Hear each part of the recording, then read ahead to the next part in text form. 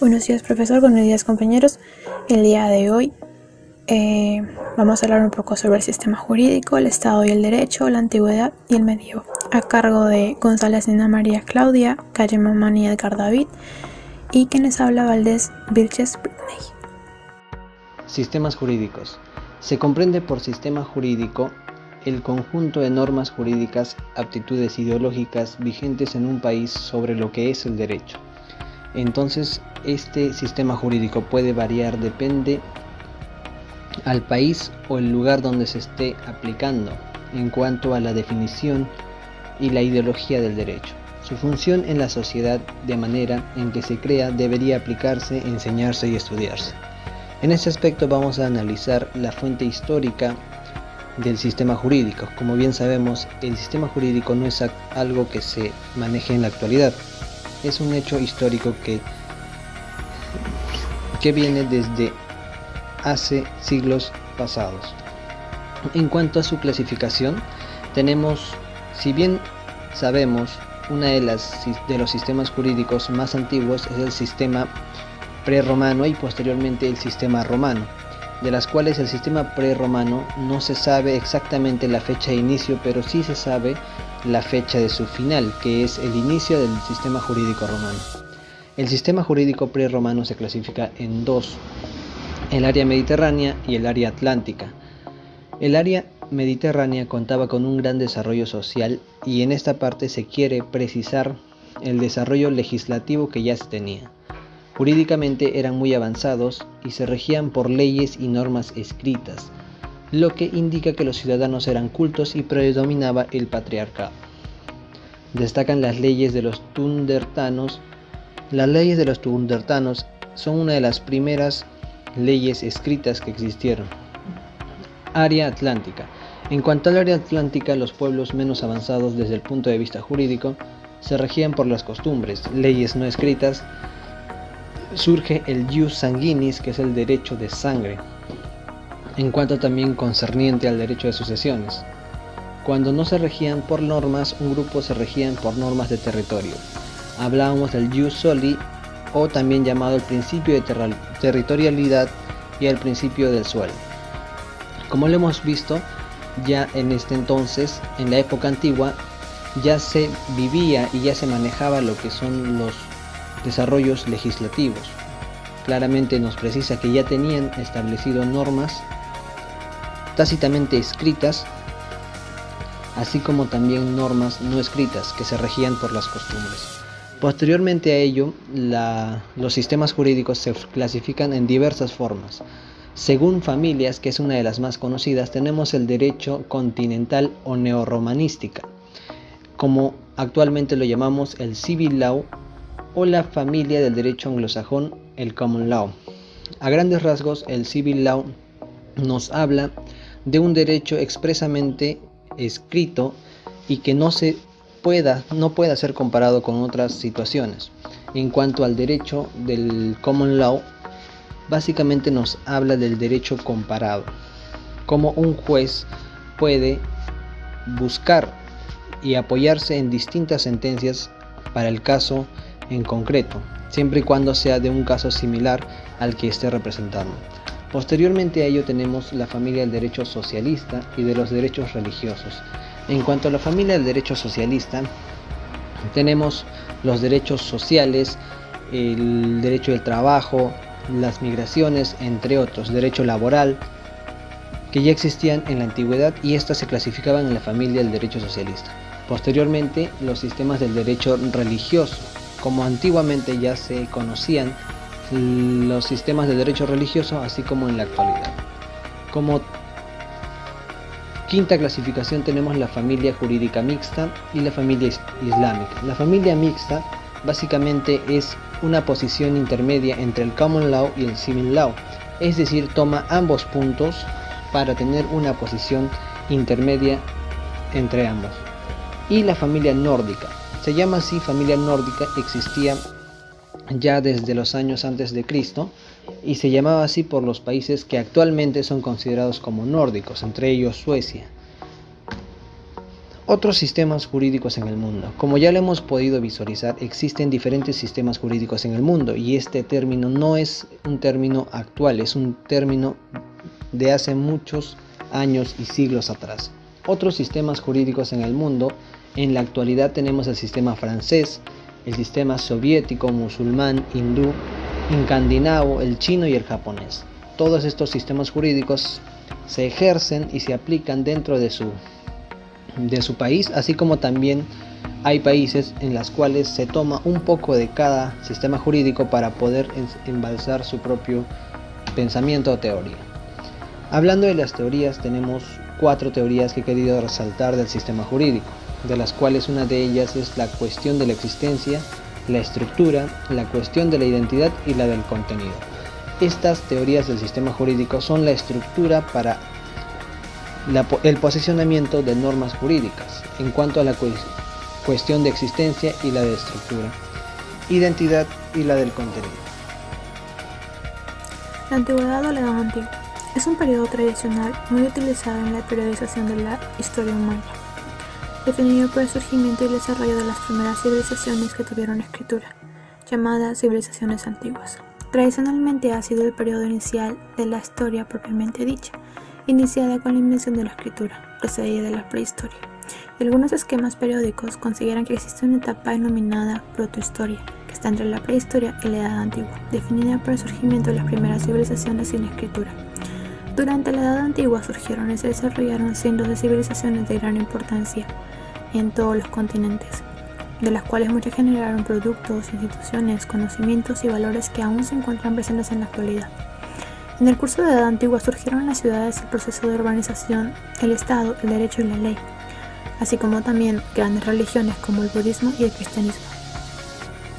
La Edad Antigua está dividida en 2 partes: el Antiguo Oriente, que abarca el área geográfica formada por el norte de África y Asia, donde surgieron las sociedades, la civilización egipcia, la civilización mesopotámica, hebreos, fenicios y persas. Y está la Antigüedad clásica o el oeste, que cuenta con la participación de griegos y romanos. Con la excepción de Mesopotamia, las demás civilizaciones se desarrollaron a orillas del mar Mediterráneo.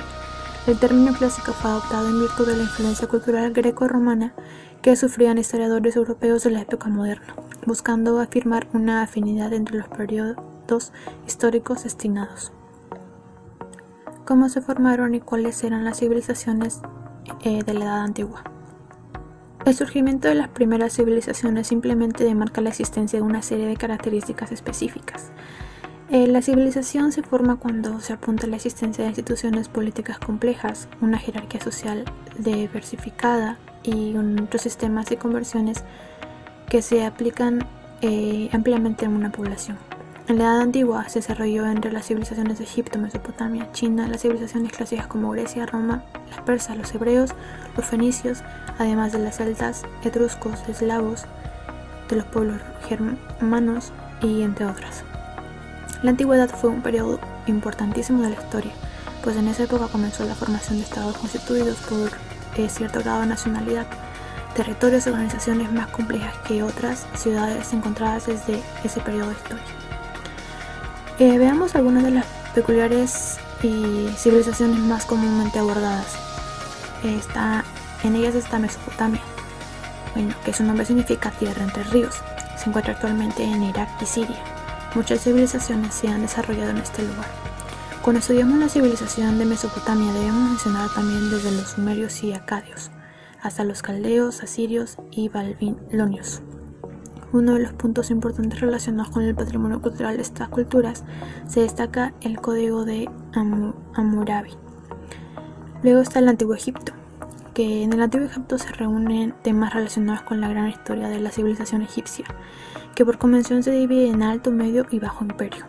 Además de las organizaciones de contenido de acuerdo a la cronología de los principales acontecimientos, es importante mencionar una de las principales características de esta civilización como la escritura jeroglífica y las pirámides de Giza.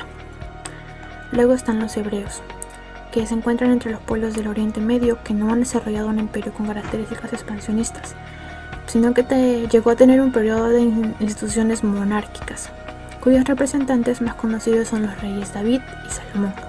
Los hebreos, dirigidos por Abraham, se estableció en Palestina alrededor del año 2000 a.C. Vivían en esta región por 3 siglos hasta que surgió una sequía y los obligó a emigrar a Egipto, donde permanecieron por 4 siglos. La Biblia es una de las fuentes de la historia de los hebreos, pero otros aspectos permean la historia de los hebreos. Entre ellos está la fase de organización en patriarcados, los cautiveros de Babilonia y Egipto, los profetas, la literatura salmista y la apocalíptica, entre otros aspectos. Luego tenemos los fenicios. Estos ocuparon la costa de Siria, en el norte de Palestina. La gran contribución cultural de los fenicios fue la invención de un alfabeto fonético simplificado, que fue compuesto por 22 letras, que, incorporado por los griegos y romanos, sirvió de base para el alfabeto actual. Luego están los persas. Se organizaron en torno del año 2000 a.C., en la costa del Golfo Pérsico, en Asia, que fue organizada por varias tribus, unificada por el rey Ciro, y fueron excelentes guerreros formados en vasto imperio persa. Luego está la Grecia antigua. Se entiende por Grecia antigua, en realidad es un conjunto de la ciudad-estado que organiza sus propios sistemas sociales y políticos. Se formó en el sur de la península de los Balcanes, entre los mares Mediterráneo, Jónico y Egeo. El pueblo griego resultó del mestizaje entre los aqueos, jonios, eólicos y dóricos, que se instalaron en la región alrededor del año 2000 y 1200 a.C. La civilización griega tiene una gran importancia por su influencia en la formación cultural y política de Occidente. Grecia puede ser estudiada por 2 partes, desde los orígenes del periodo arcaico, donde se incorporó las civilizaciones cretense y micénica, el periodo homérico y las ciudades de Esparta y Atenas, y el periodo clásico, donde se incorporó el imperio de Alejandro Magno y la cultura helenística. Luego, por último, está la Roma antigua. Fue una civilización romana desarrollada por la península italiana de los pueblos latinos que se asentaron en esta región. La civilización logró un nivel de expansión de la organización imperial sin precedente en la antigüedad, pero antes de convertirse en Imperio Roma se organizó por medio de modelo de república. La caída del Imperio Romano y las invasiones bárbaras establecieron el fin de la antigüedad o la Edad Antigua. Características de la Edad Antigua. En ellas está la invención de la escritura, el surgimiento y desarrollo de la vida urbana, poder político centralizado en manos de reyes, sociedad marcada por la estratificación social, desarrollo de religiones organizadas, militarización y sucesos constantes de guerras entre pueblos, desarrollo y fortalecimiento del comercio, desarrollo de sistemas de cobro de impuestos y obligaciones sociales, creación de sistemas jurídicos que vienen hasta las leyes, y desarrollo cultural y artístico. Bueno, continuando hablaré sobre el Estado. Según Max Weber, en 1919, define como el Estado moderno como una asociación de denominación con carácter institucional que ha tratado con éxito de monopolizar dentro de un territorio al monopolio de la violencia legítima como medio de denominación y que con este fin ha reunido todos los medios materiales en manos de sus dirigentes y expropiado a todos los seres humanos que antes disponían de ellos por derecho propio, sustituyéndolos así con sus propias jerarquías supremas. Y en los diálogos de Platón se narra la estructura del Estado ideal, pero es Maquiavelo quien introdujo la palabra Estado en su célebre obra El Príncipe, usando el término de la lengua italiana, stato, evolución de la palabra status, de idioma latín. Del Estado de la antigüedad no es predicable la noción de legitimidad, por cuanto surgía del hecho que un determinado jefe, rey, tirano o un príncipe se apoderase de cierto territorio, muchas veces determinando sin importar el sentimiento de vinculación de la población, generalmente invocado una investidura divina y contando con la lealtad de jefes y jefezuelos regionales, así como fueron los imperios de la antigüedad, el egipcio y persa, entre ellos. La civilización griega aportó una nueva noción de Estado, dando que la forma de organización política que la caracterizó respondía a la ciudad. Las polis se acordaba a la población una participación vinculante más allá del sentimiento religioso y sin poderes señoriales intermedios. Además, estando cada ciudad dotada de un pequeño territorio, su defensa concernía a todos los ciudadanos que se ocupaban de lo que hoy se llama el interés nacional. En el régimen feudal prevalecieron los vínculos del orden personal, desapareciendo tanto la delimitación estricta del territorio como las nociones del interés general. El poder central era legítimo, pero débil, y los jefes locales fuertes, al punto que estos ejercían atributos propios del príncipe, como administrar justicia, recaudar impuestos, acuñar moneda y reclutar ejércitos. Y finalmente, el Estado moderno incorpora la legitimidad heredada del feudal, la noción de la soberanía, un concepto revolucionario, tal como señala Jacques Seix, quien atribuye el paso histórico de una sociedad desgregada y desemijada, pero cimentada en la religión, a una sociedad-estado organizado e independiente unos de otros. Por este Estado moderno, surgió de la aspiración de los reyes a desembarazarse de los lazos feudales y de la jerarquía eclesiástica. El Estado-nación, la unión de un poder central, un territorio y una población, alrededor del concepto revolucionario de la soberanía. Habría de conocer dos definiciones diferentes. La primera, el Estado principesco, y la segunda, el Estado democrático. El Estado principesco se caracterizó por el poder personal, ejercido uniformemente sobre un territorio, estrictamente delimitado.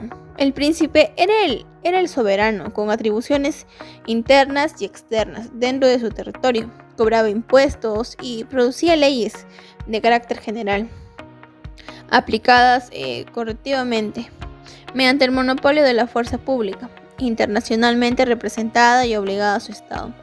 Y el Estado democrático, surgido de las revoluciones inglesas, norteamericana y francesas, trasladó la soberanía del príncipe a la nación. Sus poderes fueron asumidos por organismos surgidos de consultas a la población, mediante reglas de juego previa y claramente definidas. Y al igual que en las polis griegas, el sentimiento patriótico se desarrolló y con él los que pertenecían el civismo e interés nacional. El Estado es una forma de organización política que cuenta con un poder administrativo soberano sobre una determinada zona geográfica. Esta organización política se constituye en un determinado territorio y tiene el poder de ordenar y administrar la vida en sociedad. También se denomina Estado al conjunto de instituciones que tiene la finalidad de administrar asuntos públicos. Tenemos los elementos del Estado. Los elementos del Estado tienen tres elementos básicos, que son la población, el territorio y el poder. La población es el conjunto de personas que viven en el Estado. En algunos casos pueden compartir entre ellos la raza o creencia religiosa, pero esto no es un requisito. El territorio es el espacio físico o área geográfica donde vive la población. Puede ser continuo o discontinuo, insular o continental, pero siempre con carácter permanente. El poder se refiere a la capacidad del Estado de organizar a la población y el territorio. Tenemos ahora los poderes del Estado. En los estados modernos existen tres poderes diferenciados: el legislativo, el ejecutivo y el judicial. El poder legislativo es el encargado de elaborar leyes que rigen en el Estado. El poder ejecutivo es el encargado de administrar el Estado. Es un régimen presidencialista. Este poder recae en el presidente. En un régimen parlamentario, este poder lo ejerce el rey o presidente, que cumple la función del jefe de Estado, o un primer ministro que preside el gobierno. El poder judicial es el encargado de administrar la justicia y hacer cumplir la ley. El reconocimiento de un Estado. Para que un Estado sea reconocido como tal, se debe cumplir varios requisitos. Debe existir un reconocimiento de parte de otros estados. Tiene que contar con organismos e instituciones que sean capaces de administrar los poderes estatales. También deben contar con una identidad colectiva, que muchas veces se representa a través de símbolos, como la bandera, escudo nacional e himno. Ahora tenemos las diferencias entre Estado y gobierno. Estado y gobierno son conceptos que erróneamente suelen utilizarse como sinónimos. El gobierno es una parte del Estado y es el organismo que se encarga de administrar sus poderes. Además, el gobierno es temporal y puede cambiar de estilo y personas, mientras que el Estado permanece. Así, por ejemplo, un Estado bien podría ser el Estado chileno o Estado mexicano. En tanto, el gobierno que lo administra normalmente durante unos años puede cambiar con el paso del tiempo. Estos estados que concentraban fuertemente el poder en el monarca fueron conocidos como absolutos a partir de sus sucesos como la independencia de Estados Unidos de América y la Revolución Francesa. La situación de los estados absolutistas se ve alterada por las ideas liberales, dando paso a un estado más democrático, constitucional y con divisiones de poderes.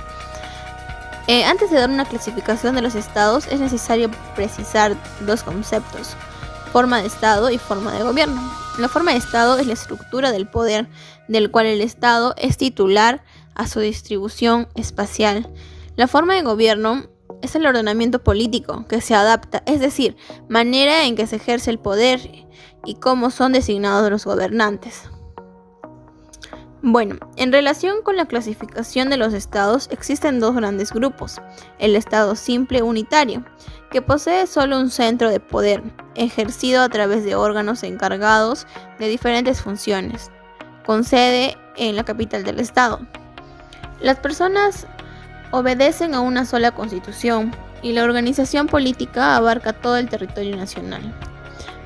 Aparte, la administración puede ejercerse de manera centralizada o descentralizada administrativamente, entendiendo por esta última la forma que tiene el Estado de hacer más eficiente su funcionamiento, otorgando personalidad jurídica, atribuciones, patrimonio, responsabilidad propia a organismos sujetos, indirectamente al poder central.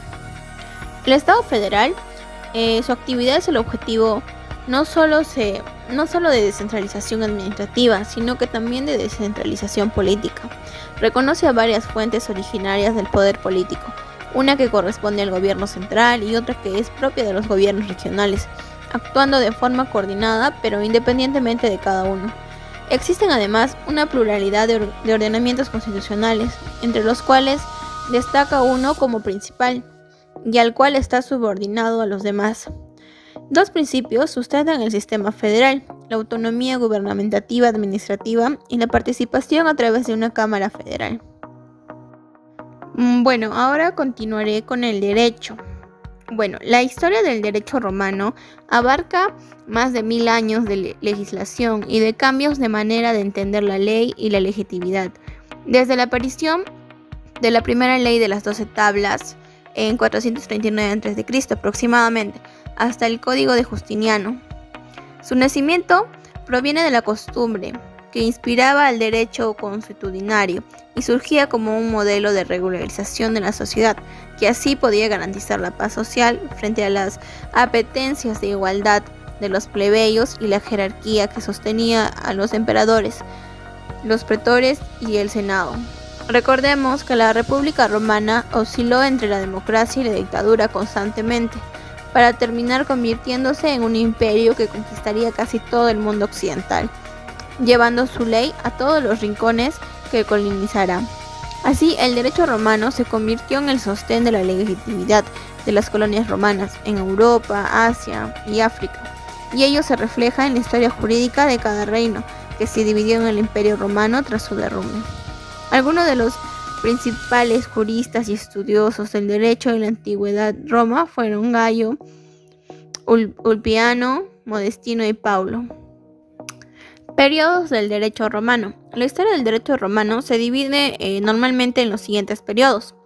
El periodo monárquico, que se extiende desde los mediados del siglo VIII a.C. con la fundación de Roma, hasta el año 509 a.C., cuando se expulsa de la ciudad al rey Tarquino del Soberbio, cuyo gobierno depositó fue el último ejercido por los reyes romanos, dando el pie así a la República Romana. El periodo republicano inicia con la caída de la monarquía, a inicios del siglo V a.C. y culmina con el otorgamiento por parte del Senado romano de poderes absolutos a Octavio Augusto en el año 27 a.C. Durante este periodo se publica la ley de las 12 tablas, dando inicio formalmente al derecho romano y constituyendo un estado de poderes en equilibrio. Se elegía un grupo de magistrados democráticamente en asambleas populares encargados de funcionamientos asignados, mientras que el Senado se ocupaba de dictar consultas con rango a la ley. El periodo principado inicia en el año 27 a.C., tras la crisis política que afectó a la República y permitió el surgimiento de un estado autoritario, sometido a la voluntad de autoritas, del príncipe o emperador, tales como Augusto, Caligia, entre otros. Roma alcanzó en este periodo su máxima extensión territorial, 5 millones de kilómetros cuadrados. El periodo del dominado, conocido también como el Imperio Absoluto, inicia a mediados del siglo II después de Cristo, hasta el año 476, cuando el Imperio Romano de Occidente colapsa y desaparece. Es una época de poder absoluto de Estado, en manos de emperador, quien gobierna a través de constituciones imperiales.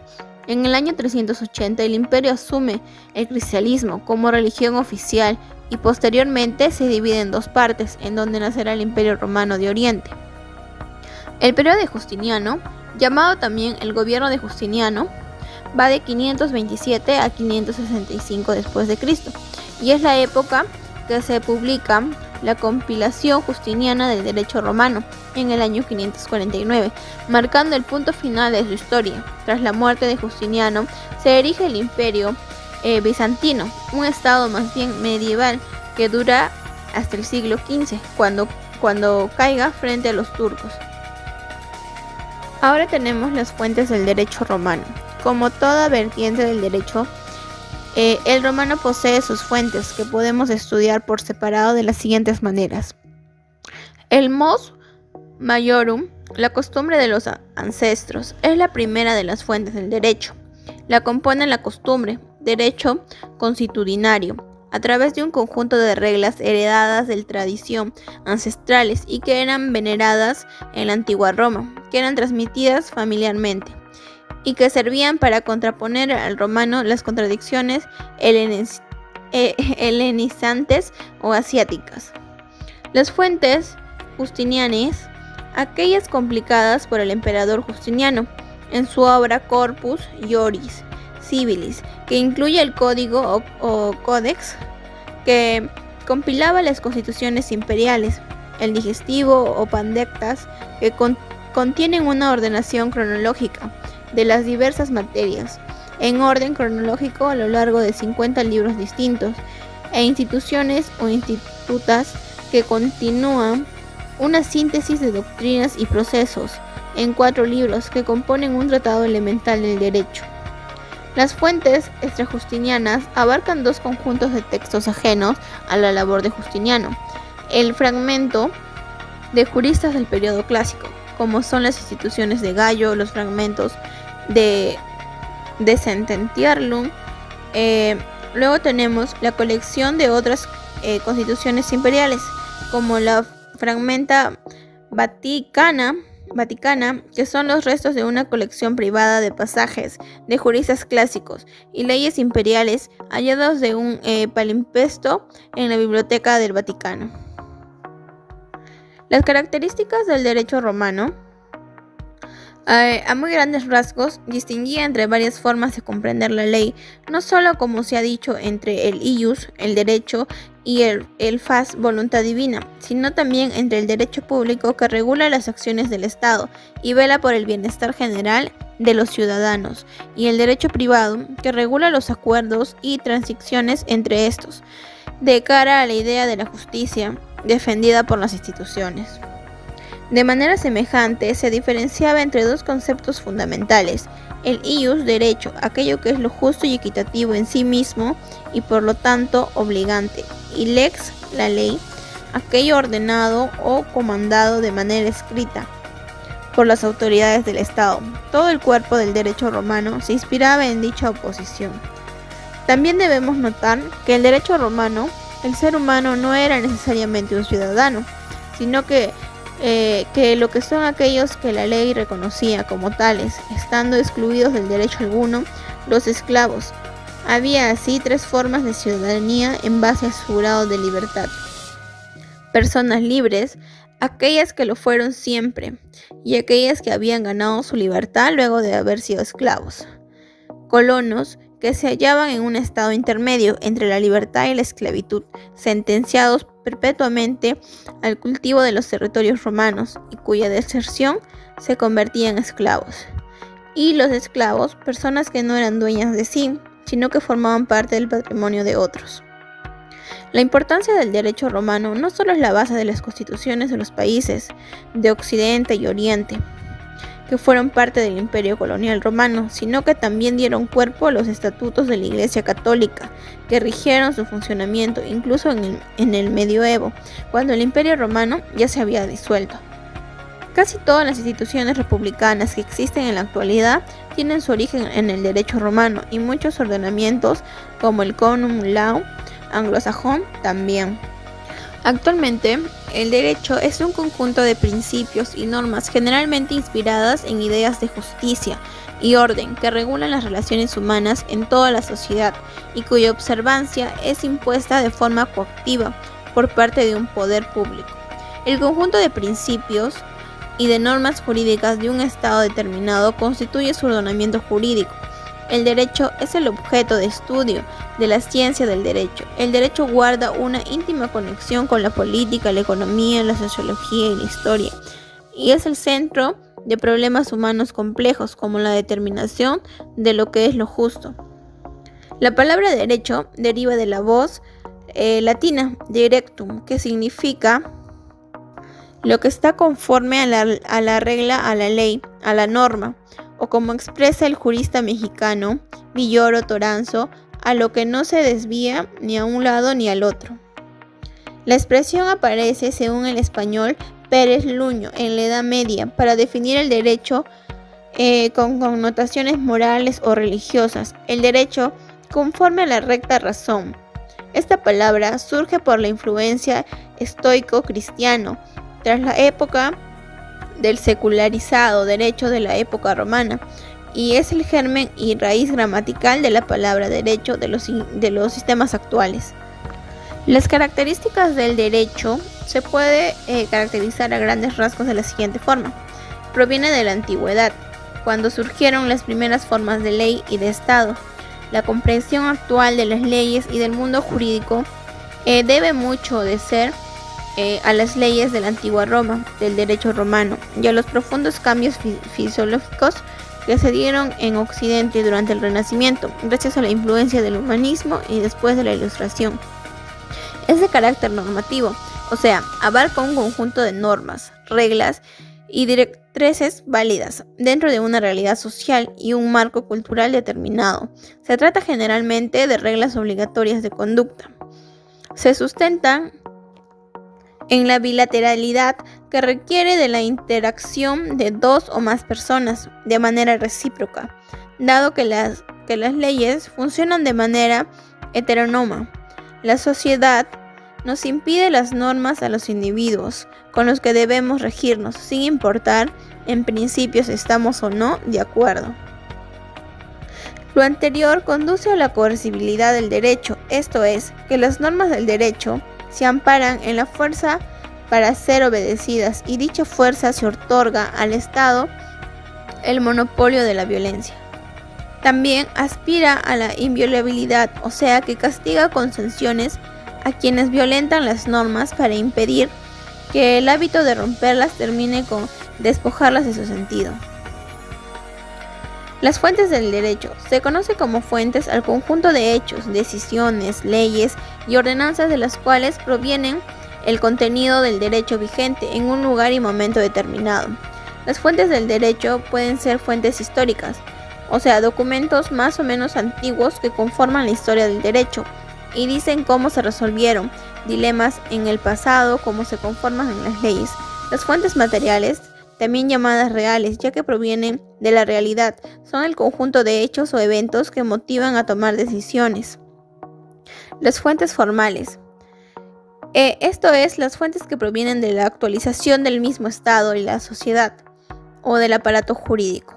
La costumbre es la medida en que las cosas se tienden a hacer como siempre se han hecho. La doctrina, que son el conjunto de reflexiones y disposiciones generadas a partir del estudio de la literatura jurídica. La jurisprudencia, o sea, el conjunto de las decisiones pasadas que han tomado los órganos judiciales y que sirven de antecedentes para habilitar nuevas decisiones. Los principios generales del derecho, que son los conceptos más básicos y fundamentales de todo acto legal. La legislación y la ley, en lo cual se haya incluido el contenido de la Carta Magna o constituciones nacionales, y los tratados internacionales, ya que para todo país firmante se compromete a cumplir con su palabra frente a terceras naciones. La importancia del derecho. El derecho es fundamental en cualquier forma de sociedad organizada, porque sus leyes contemplan el conjunto de ordenanzas, reglas y libertades que enmarcan la vida social. Sin el derecho, la ley del más fuerte primaría en la sociedad y sería imposible alcanzar algún tipo de orden que permita progresar y brindar una mayor suma de felicidad común, garantizando la paz social, mínima condición necesaria para producir. Además, el derecho es muy importante fuente de reflexiones antropólogas, sociólogas y humanísticas que arrojan luces sobre el modo en que pensamos la justicia y el modo en que nosotros pensamos en nuestra comunidad.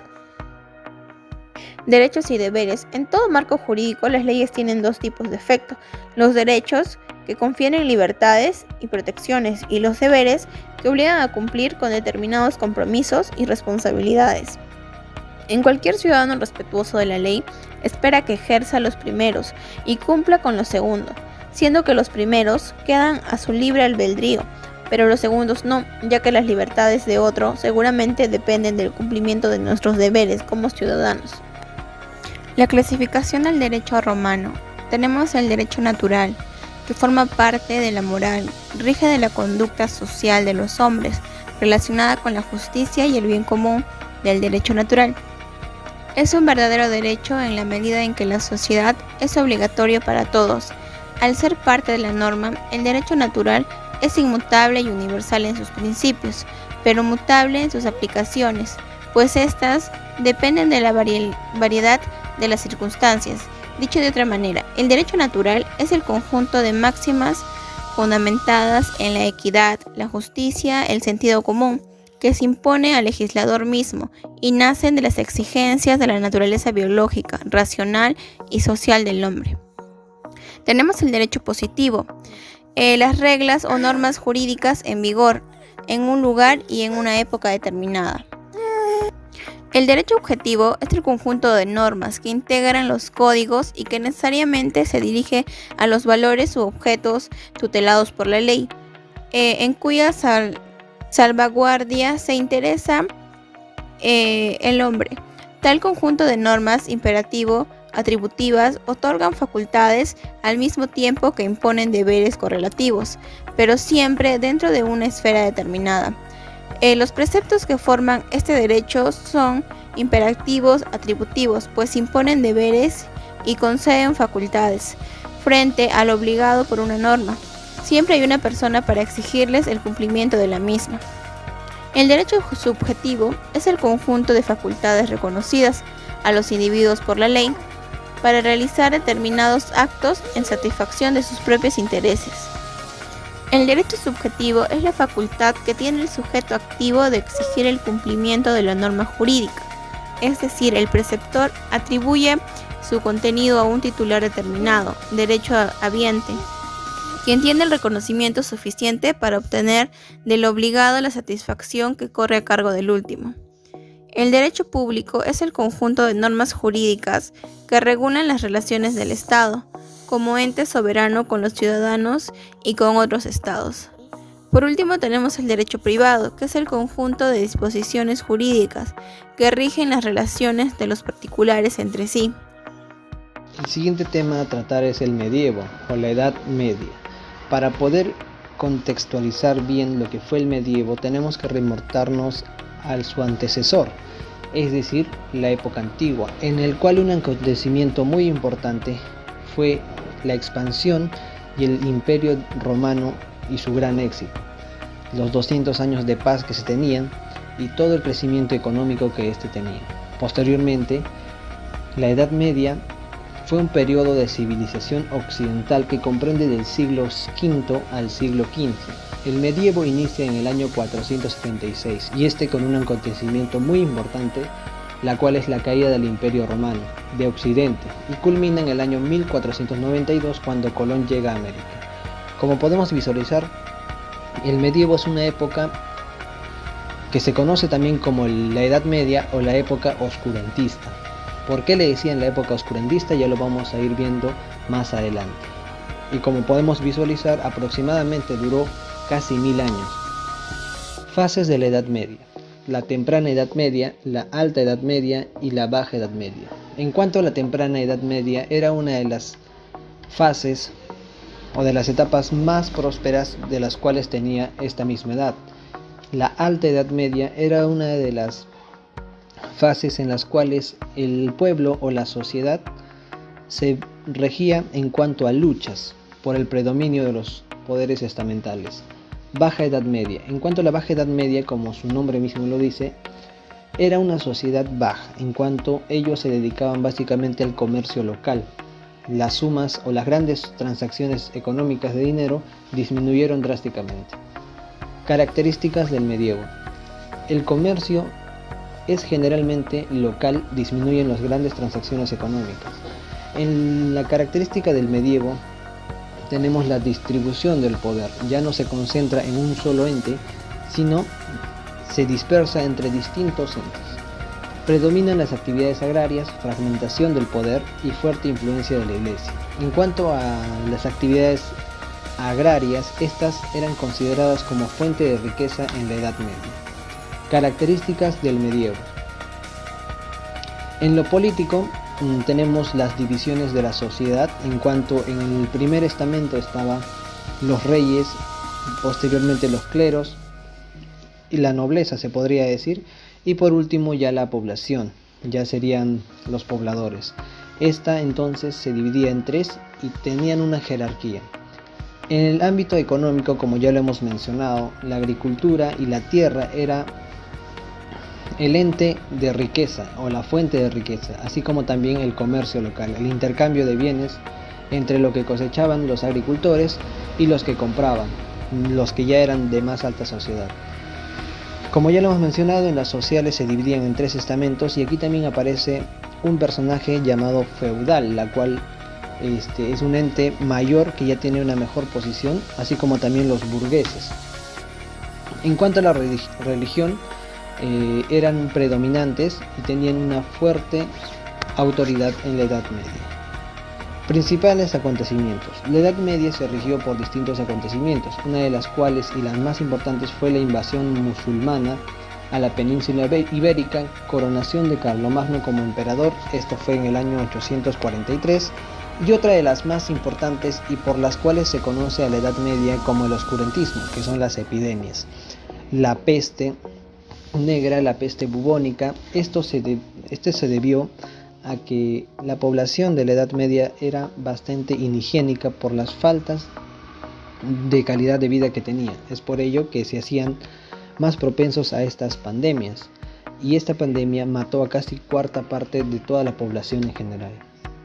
Los vikingos invaden Europa y las cruzadas es otro de los acontecimientos más importantes, de las cuales se surgió en el año 1095 al 1291. Se les llamaba las cruzadas porque los soldados tenían una cruz marcada en el pecho, y estas tenían el objetivo de poder recuperar las tierras santas. Guerra de los 100 años. Esta guerra de los 100 años se dio entre dos países, las cuales se disputaban la predominancia en cuanto al poder. Esta guerra de 100 años naturalmente duró 116 años, del año 1337 a 1453. La importancia de la Edad Media. Cabe resaltar la importancia de la Edad Media. Como ya hemos visto, hay bastantes deplorables acontecimientos que ocurrieron en la misma edad, así como también hay acontecimientos importantes. En cuanto destacan la arquitectura, construcción, fortificación de castillos, desarrollo de oficios, y otro de los más importantes es que en esta edad surgen los inventos como la tinta, inventos como la ballesta y el reloj. Y esto surgió una gran importancia y mejoramiento de la Edad Media para la siguiente etapa que va a llegar. Yo soy la primera clase social del Imperio Romano. Mi nombre proviene del latín padre, ya que mis descendientes fueron miembros fundadores de Roma. Yo soy una plebeya, soy el segundo estado social del Imperio Romano antiguo. Nosotros somos marginados, a nosotros nadie nos quiere. El nombre plebeyo viene del latín plebe, que no pertenecemos a la gente, y es tan injusto esto, que nosotros somos agricultores, nosotros somos artesanos y no podemos hacer nada. Tenemos que seguir lo que dicen los patricios.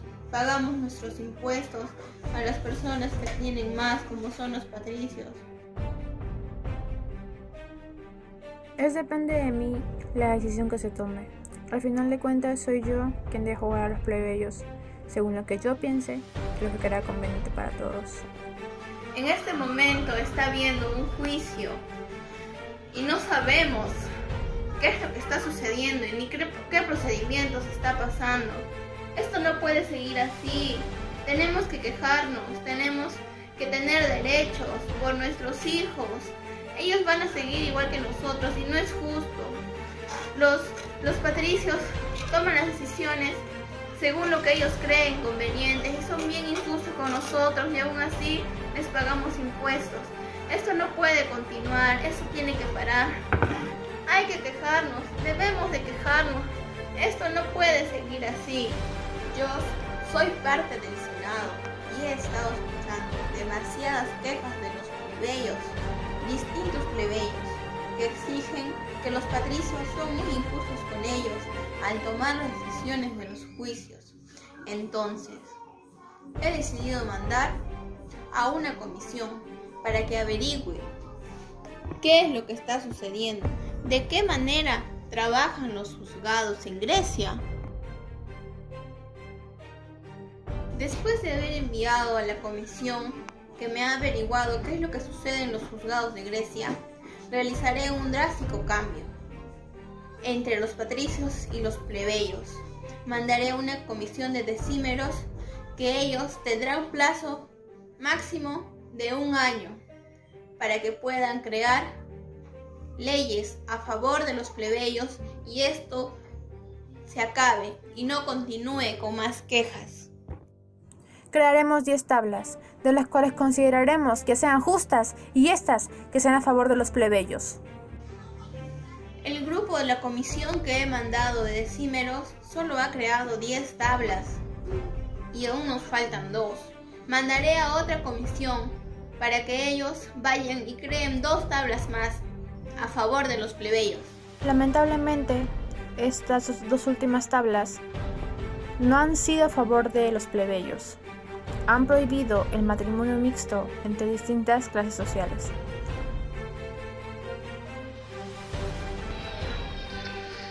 Vamos a hablar en esta oportunidad sobre la Edad Media. La Edad Media, como hemos visto, es una época en la cual la Iglesia tiene una gran importancia y un gran poder. Es por ello que vamos a ir relatando los hechos que daban. La gran mayoría de los pobladores en Europa eran del ente católico. Es por ello que podemos mencionar que la Iglesia tenía un poder supremo en la época medieval. Dentro de esto existía la Inquisición, fundada en el siglo XII.